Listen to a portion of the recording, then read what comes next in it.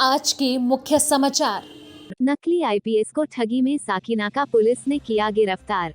भारतीय निशानेबाज विदेशी ब्रांड की पिस्टल भारत में लाकर गैंगस्टर को बेचते थे।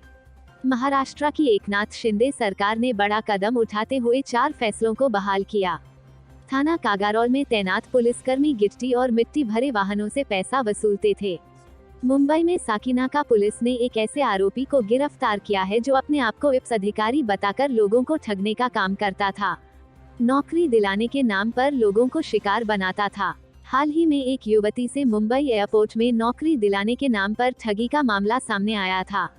इस मामले में पीड़िता ने पुलिस में शिकायत की थी। पुलिस से मिली जानकारी के मुताबिक फर्जी आईपीएस अधिकारी अभिजीत परमेश्वर गाडवे ने शादी.com नामक वेबसाइट पर फर्जी प्रोफाइल बनाया था। फर्जी आईपीएस अधिकारी अभिजीत परमेश्वर गाडवे सोशल साइट पर अपनी नकली प्रोफाइल बनाकर लड़कियों को अपना शिकार बनाता था। ऐसी ही एक पीड़ित लड़की की शिकायत पर साकिनाका पुलिस ने मामला दर्ज कर मामले की जांच शुरू की। कई खुलासे हुए। मुंबई पुलिस ने आरोपी अभिजीत परमेश्वर को घाटकोपर के एक इमारत से गिरफ्तार कर लिया है। पुलिस आगे की जांच में जुट गई है।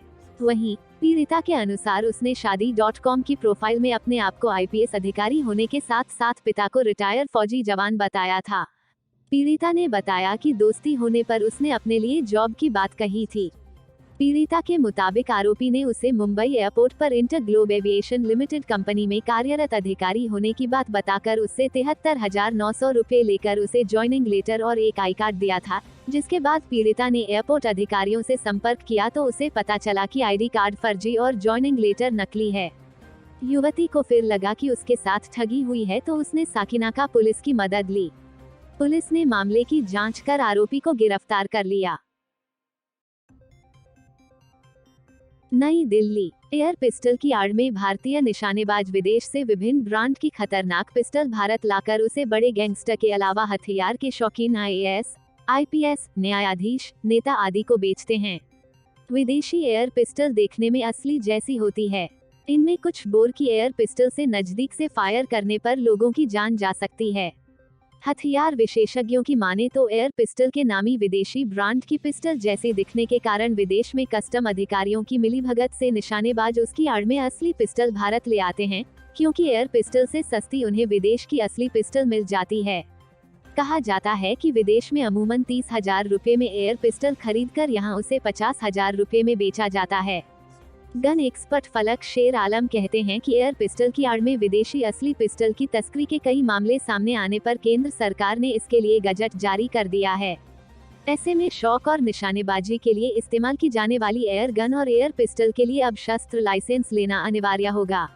एयर गन और पिस्टल में छर्रे का उपयोग होता है। मेले आदि में गुब्बारे फोड़ने के अलावा स्कूल और प्राइवेट शूटिंग रेंज में भी निशानेबाजी सिखाने के लिए इसका इस्तेमाल होता है। एयर गन और पिस्टल में 177, 2022 और 25 बोर के छर्रे का उपयोग होता है। कुछ में नुकीले छर्रे तो कुछ में लोहे की छोटी बाल का इस्तेमाल किया जाता है। शिकारी अक्सर 22 या 25 बोर की गन प्रयोग करते हैं। इसकी मारक क्षमता 50 से 100 मीटर तक होती है।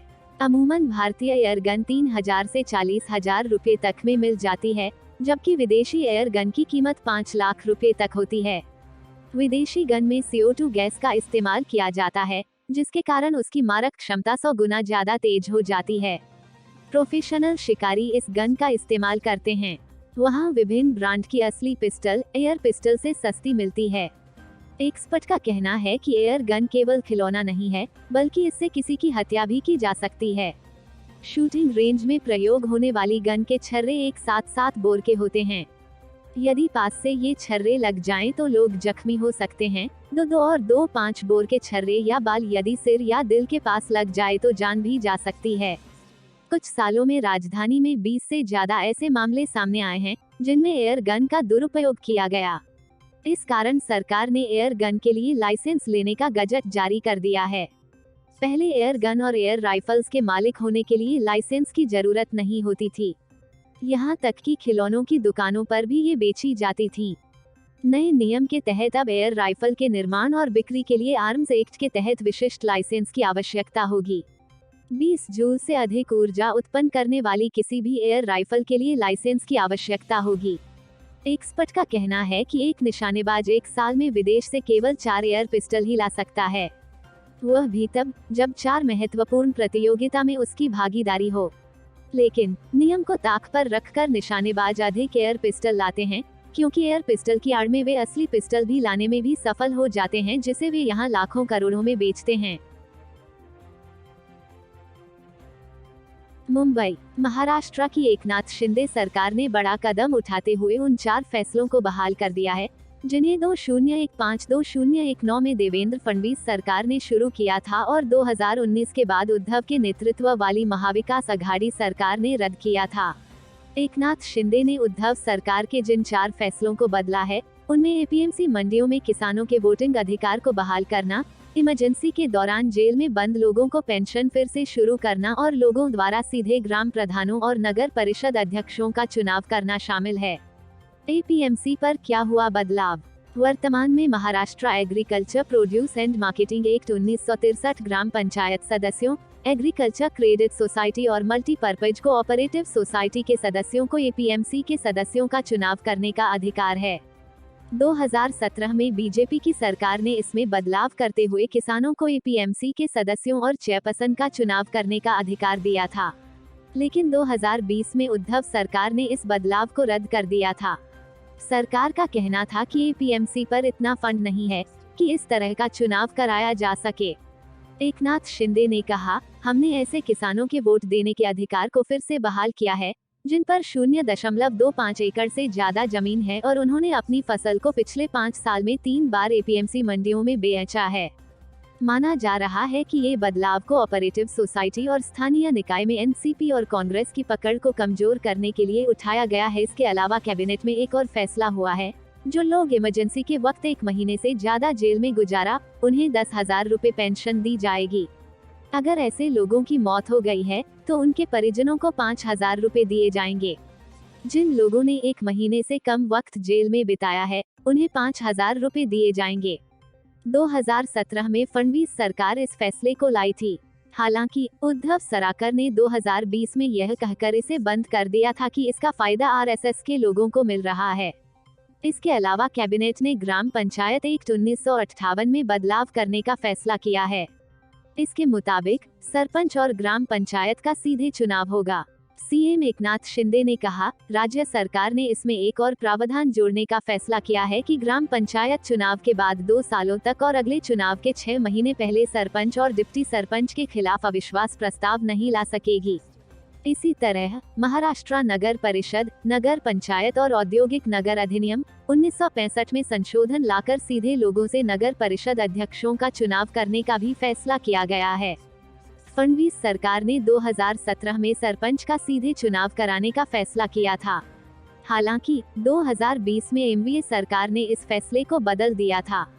माना जाता है कि चुनाव में सत्ताधारी पार्टी समर्थित उम्मीदवारों को फायदा मिलता है। फडणवीस ने साफ किया कि सभी बड़े राज्यों में प्रत्यक्ष चुनाव होता है, इससे सभी उम्मीदवारों को समान अवसर मिलता है। उन्होंने कहा, अप्रत्यक्ष चुनाव में योग्य उम्मीदवार साइडलाइन कर दिया जाता है। यूपी के सीएम योगी की सरकार में पुलिस को खौफ नहीं रहा है। एक मामला आगरा में थाना खेरागढ़ और थाना कागारौल में तैनात 2 पुलिसकर्मी गिट्टी और मिट्टी से भरे वाहनों से पैसा ले रहे थे। महीनेदारी भी बांध रखी थी। इसकी शिकायत मिलने पर एसएसपी प्रभाकर चौधरी ने दोनों पुलिसकर्मियों के खिलाफ भ्रष्टाचार निवारण अधिनियम में 2 मुकदमे दर्ज कराए हैं। एसएसपी प्रभाकर चौधरी से अशोक कुमार ने शिकायत की थी। उन्होंने कहा कि उनकी ट्रांसपोर्ट है, उनके वाहन गिट्टी और मिट्टी ले जाने में चलते हैं। थाना खेरागढ़ में तैनात मुंशी सत्यपाल खेरागढ़ क्षेत्र से वाहनों को निकलवाने के लिए पैसे लेते थे। इसके बाद कागारौल क्षेत्र से निकलवाने के लिए सत्यपाल ने थाने के कंप्यूटर ऑपरेटर अरुण कुमार से संपर्क करने के लिए बोल दिया था। आरोप है कि अरुण कुमार ने भी महीने पर रकम देने के लिए कहा। पुलिस विभाग की छवि धूमिल करने के आरोप में दोनों पुलिसकर्मियों के खिलाफ एसएसपी के आदेश पर थाना कागारौल में भ्रष्टाचार निवारण अधिनियम में मुकदमा दर्ज किया गया है। आरोपों की जांच की जा रही है। दोनों पुलिसकर्मियों पर कार्रवाई भी की जा सकती। Bureau report, Mumbai.